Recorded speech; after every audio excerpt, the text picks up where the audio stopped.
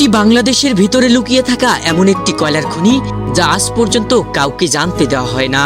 আর এলাকাবাসীকে জিজ্ঞাসা করলে কেউ এই ব্যাপারে কথা বলতে চায় না। সারা দেশ জুড়ে যখন কয়লার কারণে বিদ্যুতের তীব্র লোডশেডিং চলছে, অথচ বাংলাদেশের রংপুর জেলার পীরগঞ্জ উপজেলার খালাসপীর এলাকায় লুকিয়ে আছে এশিয়া মহাদেশের সর্ববৃহৎ সম্ভাবনাময় কয়লার খনি। কয়লার খনির যে বোর্ডিং করা হয়েছিল সেটা কিন্তু এখানেই করা হয়েছিল। এখানকার মাটির নিচে এত পরিমাণে কয়লা আছে যা দিয়ে দেশের 50 বছরের চাহিদা পূরণ হবে এবং সৃষ্টি হবে হাজার হাজার মানুষের কর্মসংস্থান। কোন ষড়যন্ত্রের আড়ালে আর কাদের কারণে আর কারা এই খনিটি বন্ধ করে দিল, এর পিছনে কি রহস্য লুকিয়ে আছে, আজ সব রহস্য উন্মোচন করব এই ভিডিওতে। সেই সঙ্গে নিয়ে যাব সেই নিভৃত গ্রামে, যে গ্রামে লুকিয়ে আছে এই কয়লার খনি। সুতরাং ভিডিওটি শেষ পর্যন্ত দেখতে থাকুন। আসসালামু আলাইকুম। আজকে আসি রংপুরের পীরগঞ্জ উপজেলার একটি প্রত্যন্ত অঞ্চল, যেটা কিনা এশিয়া মহাদেশের সর্ববৃহৎ কয়লার খনির সন্ধান পাওয়া গেছিল, কিন্তু হঠাৎ করে কেন বন্ধ করে দিয়ে চলে যায় সেটা আজও অজানা।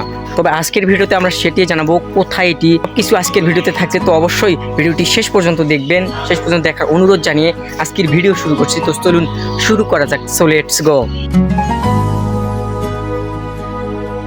বন্ধুরা চলুন চলতে চলতে এই খনিটি সম্পর্কে কিছু গুরুত্বপূর্ণ তথ্য জেনে নেই। শুরুতেই বলে রাখতে চাই, সম্ভাবনাময় এই কয়লার খনিটি বাংলাদেশের রংপুর জেলার পীরগঞ্জ উপজেলার মদনখালী ইউনিয়নের মাগুরা গ্রামে অবস্থিত। কয়লা খনিটি সর্বপ্রথম 1959 থেকে 62 সালে আইয়ুব খানের শাসনামলে এটির সন্ধান পাওয়া যায়। এরপর 1998 থেকে 1990 সালে রাষ্ট্রপতি হুসাইন মোহাম্মদ এরশাদের শাসনামলে পরীক্ষণের জন্য 4টি কূপ খনন করা হয়। আর এই খনন কাজকে কেন্দ্র করে দেশ বিদেশের বড় বড় ইঞ্জিনিয়ার, শ্রমিক সহ বহু মানুষের কর্মসংস্থান সৃষ্টি হয়েছিল। আধুনিক সব খনন যন্ত্রের সাহায্যে দীর্ঘদিন ধরে 284 থেকে 480 মিটার গভীরতায় খননের পর বিজ্ঞানীরা এখানে উন্নত মানের বিটুমিনাস কয়লার সন্ধান পান এবং খনিতে 828 মিলিয়ন টন কয়লা থাকলেও সম্ভাব্য মজুতের পরিমাণ ধরা হয়েছিল 675 মিলিয়ন টন। আসসালামু আলাইকুম, ভালো আছেন? কয়লা খনিটা কোন পাশে? এটাই এখানেই মানে খনন করা হয়েছিল কোন জায়গাটায়? চিহ্ন আছে এখন কি? আচ্ছা ঠিক আছে।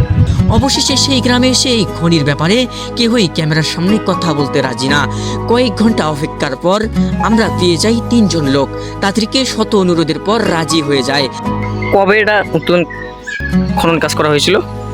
অনেকদিন হবে, বহুদিন হবে। তখন কোন সরকার ছিল? তখন এরশাদ সরকার ছিল। তবে এখানে খনন হয়েছিল, মানে এগুলো খনন করার পর এগুলো মুখ বন্ধ করে দিয়ে চলে গেছে। আপনারা কি চোখে দেখেছিলেন কয়লাগুলো? দেখছিলেন বলে দেখছিলেন? তবে দেখাইছিল যখন তারা পরীক্ষণের জন্য আসছিল তখন? বহুদিন আছে। তারা কতদিন ছিল এখানে এসে পরীক্ষণের জন্য যখন আসছিল? বহুদিন আছে।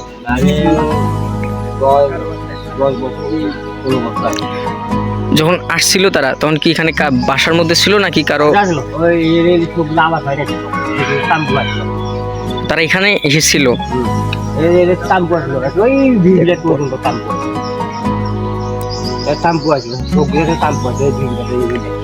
আর যখন এই যে আশাটা করা গেছিল যে এখান থেকে কয়লা উত্তোলন হবে, তখন আপনাদের মনের আশা কি রকম ছিল যে এখানে চাকরি বাকরি হবে এরকম? মানে সেই সময় যখন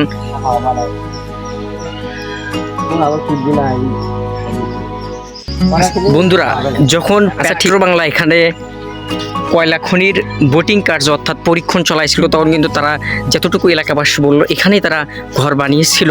প্রায় বেশ কিছুদিন ছিল, থাকার পর তারা কয়লা খনি পরীক্ষণের পর তারা এখান থেকে চলে যায়। সাধারণত কয়লার খনির যে বোর্ডিং করা হয়েছিল সেটা কিন্তু এখানেই করা হয়েছিল। এটা কিন্তু এশিয়া মহাদেশের সর্ববৃহৎ কয়লার খনি, যেটি কিনা হঠাৎ করেই খনন কাজ ফেলে রেখে এইভাবেই কংক্রিটের সিমেন্ট দিয়ে মুখগুলো বন্ধ করে দিয়ে চলে যায়। কিন্তু হঠাৎ তারা কেন চলে যায় এটা আজও অজানা।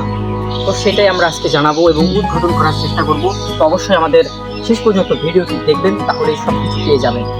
পরবর্তীতে 2006 সালে পেট্রোবাংলা সহ বাংলাদেশের জ্বালানি ও খনিজ সম্পদ মন্ত্রণালয়ের এই খনিটি আবারও পরিদর্শন করেন এবং এই খনি সম্পর্কিত রিপোর্ট জমা নেয়। এরপর থেকে এটি দীর্ঘদিন ধরে অনুমোদনের অপেক্ষায় ফাইলবন্দি হয়ে আছে। যেখানে কয়লার খনিটা আছে এটা কবে খনন কাজ করা হয়েছিল? অনেকদিন আগে, আনুমানিক কত বছর হবে?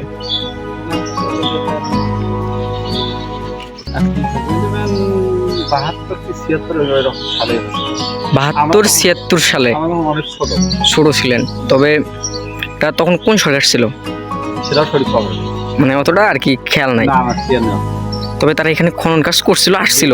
জি। কতদিন ছিল তারা? প্রায় অনেকদিনই ছিল, মাস 3-4 মতন ছিল। মাস 3-4 মধ্যে ছিল। যখন কয়লা করছিল তখন আপনারা দেখছিলেন? দেখছিলাম, আমার তখন ছোট, ছোট তোলা তখন দেখছিলাম। আমাদের বাড়ি পাশে, এখানে বাড়ি, দেখাইছিল, সব কিছু দেখছি আর কি। তখন আপনারা ছোট ছিলেন। খুব ছোট। তবে আশা করা যায় কয়লা আছে এটা এখানে। আছে। কয়লা তো অবশ্যই আছে। 2008 সালের 24 ডিসেম্বর পীরগঞ্জ সরকারি উচ্চ বিদ্যালয় মাঠে এক নির্বাচনী জনসভায় তৎকালীন প্রধানমন্ত্রী শেখ হাসিনা খালাসপীর খনি থেকে কয়লা উত্তোলনের প্রতিশ্রুতি দিয়েছিলেন। সে সময় আবারও আশান্বিত হয়ে উঠেছিলেন পীরগঞ্জবাসী। চাচা, এই যে এখানে বোর্ডিং করা হয়েছিল কতদিন আগে হতে পারে?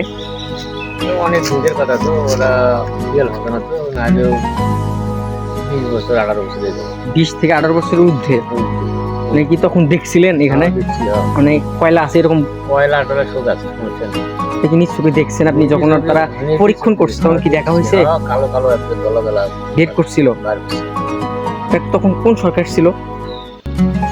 তখন যায় খাল যাবে, এটা খালেদার আমলে।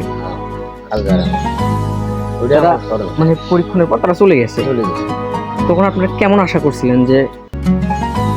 না, আমরা জানি যে ওরা গল্প করে যে খনি উঠবে, আবার তুই এটার পর কিছুদিন পর আরো তোলা করবি, এটাই আশা করি আছে। মানে আপনারা কি আশা করছিলেন যে এখানে উন্নতি হবে বা উন্নতি হবে, আমরা এখানে চাকরি বাকরি হবে সবার, মানে এতটুকু আশা করছিলেন? করছিলাম। তারা এখানে কতদিন ছিল? আসলেও মেলা দিনই তো আসে, তারপর আনুমানিক 2 বছর আসলে। তারপর যে এখন বন্ধ হয়ে গেছে, তারপর কেমন আপনাদের অনুভূতিটা? তখন থেকে বন্ধ হয় তো, বোরিং এর মনে করে এলে হাবি জাবিগুলো পাকা বুঝে করে ধরে চলে গেল। একটু বোরিং করে বহু কিছু করতেই আসে। এখন তো ভাবি চলেছে, আগে তো মানে ঘুরি ঘুরি যাচ্ছে দেখছে। তারপর আর কখনো আসে নাই? না ওই প্রথমে বোর্ডিং এর পর চলে গেছে, তখন তো আর আসে নাই। না আসেনি, তখন তো আসেনি, খালি লোকজন আসে আর কি। আচ্ছা ঠিক আছে, আসসালামু আলাইকুম, ভালো থাকেন। কেমন লাগলো এই কয়লা খনির ইতিহাস ও রহস্যময় কাহিনী? ভালো লাগলে ভিডিওটি লাইক, কমেন্ট, শেয়ার করবেন আর চ্যানেলটি সাবস্ক্রাইব করবেন। ভিলেজ ব্লগ, ডকুমেন্টারি, হিস্টোরি, অনুসন্ধানীমূলক ভিডিও দেখতে আমাদের সাথেই থাকুন। চাইলে আমাদের আগের ভিডিওগুলো দেখে আসতে পারেন। শীঘ্রই দেখা হচ্ছে নতুন কোনো ভিডিও নিয়ে। ততক্ষণে সবাই ভালো থাকবেন, সুস্থ থাকবেন। আল্লাহ হাফেজ।